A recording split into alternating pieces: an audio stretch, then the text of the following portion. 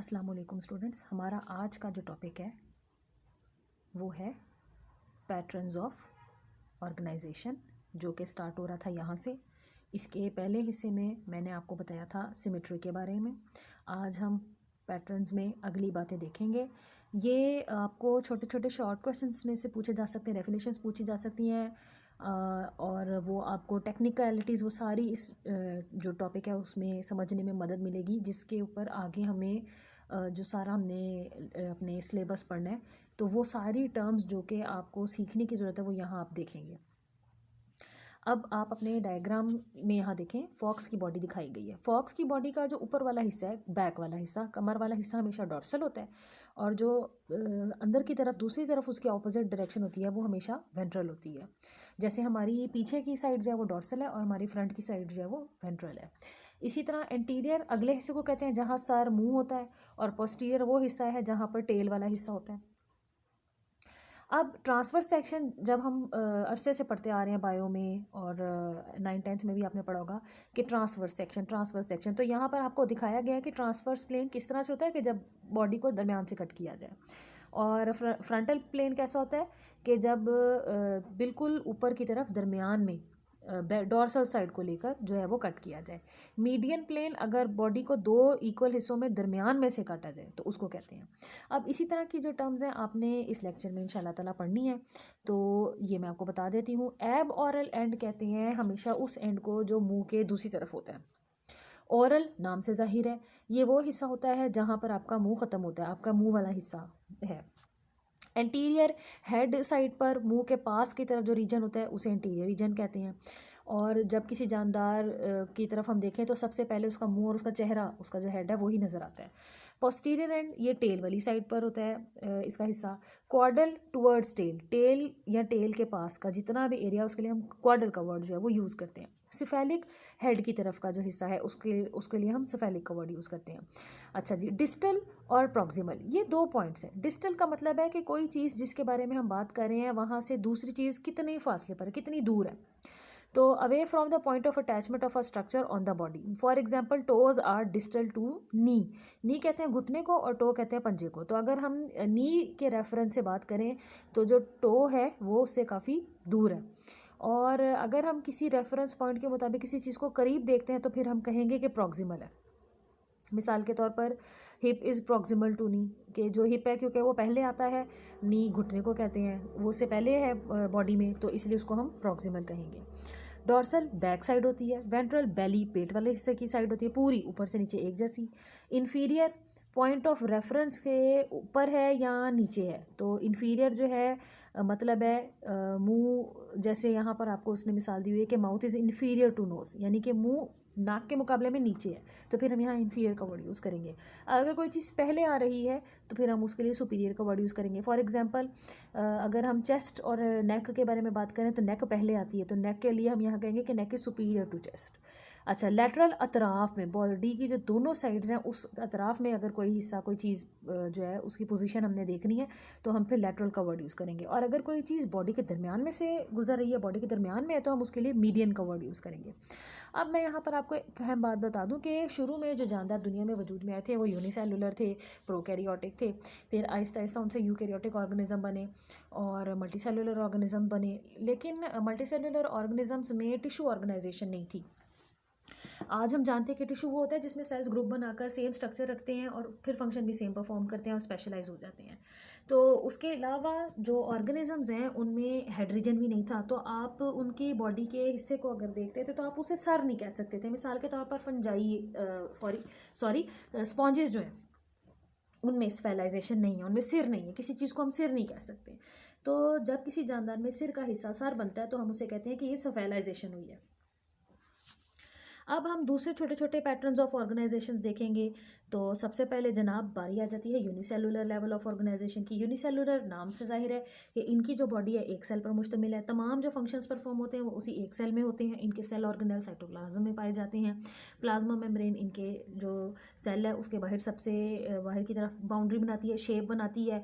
सादा तरीन ये जानदार है वैसे तो, और अल्लाह ताला ने इनको इस तरह का स्ट्रक्चर मुहैया किया होता है कि एक सेल के अंदर ही इनके तमाम फंक्शंस, लोकोमोशन, फूड की जो कैप्चरिंग है और डाइजेशन है, पानी का रेगुलेशन होना, ये सब कुछ सेंसरी परसेप्शन यानी अपने इर्द गिर्द फॉर एग्जांपल लाइट इंटेंसिटी को डिटेक्ट करना, ये सब कुछ इनके एक ही सेल में होगी। बाज़ दफ़ा बहुत सारे यूनिसेलुलर सेल्स जो कि एक जैसे दिखते हैं, एक जैसे होते हैं, वो ग्रुप बनाकर रहते हैं। जब वो ग्रुप बनाकर रहते हैं तो हम उन्हें कॉलोनीज़ कहते हैं, जैसे कि यहाँ आप देख रहे हैं कि लिखा हुआ है। उसके बाद हम बात करते हैं डिप्लोब्लास्टिक ऑर्गेनाइजेशन। अब वो ऑर्गेनिज्म जो कि यूनिसेलुलर नहीं है, उनमें एक से ज़्यादा सेल हैं, तो हम उन्हें बोलते हैं मल्टी सेलुलर। तो मल्टी सेलुलर ऑर्गेनिज्म में आगे से फिर दो तरह से ऑर्गेनिज्म सामने आते हैं। एक जो है वो कहलाते हैं डिप्लोब्लास्टिक ऑर्गेनाइजेशन वाले और एक कहलाते हैं ट्रिप्लोब्लास्टिक ऑर्गेनाइजेशन वाले। अब सबसे पहले हम बात करेंगे डिप्लोब्लास्टिक ऑर्गेनाइजेशन की। तो डिप्लो का वर्ड डिप्लॉस से निकला, जिसका मतलब है टू फोल्ड, दुगना, दूसरा। और जो ब्लास्ट है उसका मतलब होता है लेयर। तो असल में जो यहाँ पर लफ्ज़ी मानी है वो है स्प्राउट, फूटना, निकलना, लेकिन यहाँ ब्लास्ट का मतलब है लेयर। तो वो जानदार जिनके बॉडी में एक से ज़्यादा सेल्स हैं, बॉडी में बहुत सारे सेल्स हैं, मल्टी सेलुलर ऑर्गेनिज्म है, और उनकी जो एम्ब्रियोनिक टिश्यू है, जब एम्ब्रियो बन रहा होता है तो दो लेयर ऑफ सेल्स बनती हैं, और उन्हीं दोनों लेयर ऑफ सेल से बाकी का तमाम उनकी जो बॉडी है वो बनती है। तो इसको हम कहते हैं कि डिप्लोब्लास्टिक ऑर्गेनाइजेशन रखते हैं, ये डिप्लोब्लास्टिक ऑर्गेनिजम्स हैं। तो बाहर वाली जो लेयर होती है जो कि जिस्म के बाहर होती है उसको कहते हैं एक्टोडर्म, और जो अंदर वाली होती है उसको कहते हैं एंडोडर्म। तो जो एक्टोडर्म होती है वो स्किन वगैरह को देती है, पैदा करती है, और एंडोडर्म जो है ये फिर फ्यूचर में जाके गैस्ट्रोडर्मिस को बनाती है, और जिन जानदारों में कैविटी होती है कैविटी के बिल्कुल बाहर पाई जाती है। गैस्ट्रोडर्मिस जो है वो नॉन सेलुलर लेयर मिजोग्लिया पर भी के साथ हो सकती है। मिजोग्लिया एक जेली की जैसा मादा होता है जो दोनों लेयर्स के दरमियान में पाया जाता है। तो in diploblastic organism cell occurs in the mesoglea. Mesoglea के अंदर कुछ सेल एक्टोडर्म से या एंडोडर्म से जा सकते हैं। बजाते खुद मिजोग्लिया जो है वो सेल से मिलकर नहीं बना हुआ, बल्कि ये जेली जैसा एक मादा है। तो डिप्लोब्लास्टिक ऑर्गेनाइजेशन जो है वो इस तरह की है। ये अब अगर हम ऐसे जानदार का सेक्शन कट करके देखें तो आप देख सकते हैं कि सबसे बाहर एक्टोडर्म है, अंदर एंडोडर्म है, अंदर इसकी गट है। और गट क्या होती है? ये वो ट्यूब लाइक स्ट्रक्चर होता है जो कि अमूमन माउथ से शुरू होता है, और हायर ऑर्गेनिज्म में तो इसका दूसरा सिरा एनस या क्लोएका पे जाके ख़त्म होता है। लेकिन ये पूरी एक ट्यूब लाइक स्ट्रक्चर होता है जो कि इनका डाइजेस्टिव कैविटी बनाती है, जिसके अंदर से खुराक गुजरती है फ्यूचर में। तो इस तरह के जानदारों की जो बॉडी लेयर होगी जिसमें बाहर एक्टोडर्म होगी, सबसे अंदर एंडोडर्म होगी जो कि गट के बाहर पाई जाएगी, दोनों के दरम्यान में जेली के जैसा मादा होगा, जैसा कि आप देख रहे हैं उन पर सेल नहीं है, तो हम इसे कहते हैं कि ये डिप्लोब्लास्टिक ऑर्गेनिज्म है। अब डिप्लोब्लास्टिक ऑर्गेनाइजेशन में नाम से जाहिर है कि 3 लेयर्स होती हैं, एक्टोडर्म होती है, मीजोडर्म होती है, एंडोडर्म होती है, तीनों सेल से मिलकर बनने वाली लेयर्स हैं। पोजीशन वाइज एक्टोडर्म सबसे बाहर है, मीजो दरमियान में नाम से जाहिर है, और एंडोडर्म हमेशा की तरह गट के साथ होती है, सबसे अंदर लेकिन पाई जाती है। तो ट्रिप्लोब्लास्टिक ऑर्गेनिजम्स हैं इनमें बॉडी कैविटी प्रेजेंट भी होती है, नहीं भी होती है। एक छोटा सा समझ लें कि कैविटी एक खाली सा हिस्सा है जो कि फ्लूइड वगैरह से भरा होता है, और रिड्यूस्ड फॉर्म में भी होता है, और इसके अलावा बहुत सारे जानदारों में ट्रू फॉर्म में भी नहीं होता। तो बॉडी कैविटी को अगर हमने डिफाइन करना हो तो हम इसे कैसे करेंगे? A body cavity is fluid filled space in which internal organs can be suspended. अमूमन ये हल्के से म्यूकस लाइवा के जैसे सिक्रीशंस जो हैं, पानी माया वाली सिक्रीशंस, उस टाइप की बॉडी फ्लूइड से मिलकर बनती है बॉडी कैविटी, और इसमें जिस्म के तमाम ऑर्गन्स जो हैं किसी भी जानदार के पाए जाते हैं। अब अगर आपको पेपर में 2 नंबर का सवाल आ जाए कि या 4 नंबर का सवाल आ जाए शॉर्ट क्वेश्चन के बॉडी कैविटी की एडवांटेजेस है, तो आपको ये कुछ पॉइंट्स लिखने पड़ेंगे। एक तो ये रूम फॉर ऑर्गन डेवलपमेंट के लिए फराहम करते हैं। ज़ाहिरी बात है इंसान जैसे जैसे ग्रो करते हैं तो ऑर्गन भी बड़े होते चले जाते हैं, एक स्टैंडर्ड साइज हासिल करते हैं। सरफेस एरिया बढ़ाता है, गैसेस की डिफ्यूजन में मदद देता है, न्यूट्रिएंट्स की डिफ्यूजन में मदद देता है, वेस्ट को हटाने में ये बॉडी कैविटी मदद देती है। कुछ एरिया इसका जो है वो चीज़ों की स्टोरेज करने में भी मदद देता है, क्योंकि इसमें फ्लूइड सियाल मादा भर है तो ये हाइड्रोस्टैटिक स्केलेटन भी बनाता है। जिन जानदारों में हड्डी का बना हुआ, कार्टिलेज का बना हुआ स्केलेटन नहीं है, उनमें हाइड्रोस्टैटिक स्केलेटन जो है वो काम करता है। तो हाइड्रोस्टैटिक स्केलेटन वो स्केलेटन है जो जिसमें बॉडी के अंदर फ्लूइड्स भरे होते हैं, और वो फोर्स एक्सर्ट करते हैं बॉडी के मसल्स के ऊपर, और बॉडी के मसल्स उस प्रेशर को, उस फोर्स को टॉलरेट करते हैं, जिसकी वजह से जिस्म की एक मखसूस शेप कायम रहती है। ठीक है जी। उसके बाद वेस्ट को निकालने के लिए और रिप्रोडक्टिव जो प्रोडक्ट्स हैं, ज़ाहिर बात है वो गैमेट्स हैं, स्पर्म्स और एग्स हैं, उनको रिलीज़ करने में भी मददगार साबित होती है। ये जिस्म का साइज़ बढ़ाने में भी मददगार साबित होती है। तो ये सारी इंपॉर्टेंट बातें हैं। अब यहाँ पर उसने हाइड्रोस्टैटिक स्केलेटन के बारे में आपको बताया है कि आपने देखा होगा कि पानी से भरा हुआ एक जो बलून होता है वो सख्त होता है, वो अपनी साख्त नहीं खोता, लेकिन अगर आप थोड़ा सा उसको प्रेस करना चाहें तो वो प्रेस हो सकता है, वो जो दबाव है उसको टॉलरेट कर लेता है। तो जो जानदार हैं उनकी भी बॉडी इस तरह से होती है कि उनके अंदर जब हाइड्रोस्टैटिक स्केलेटन पाया जाता है तो बॉडी फ्लूइड्स होते हैं, और ये बॉडी फ्लूइड्स उनको मदद देते हैं उनकी जो शेप है उसको मेंटेन रखने के लिए। अब ट्रिप्लोब्लास्टिक ऑर्गेनिजम्स आगे से हैं 3 तरह के।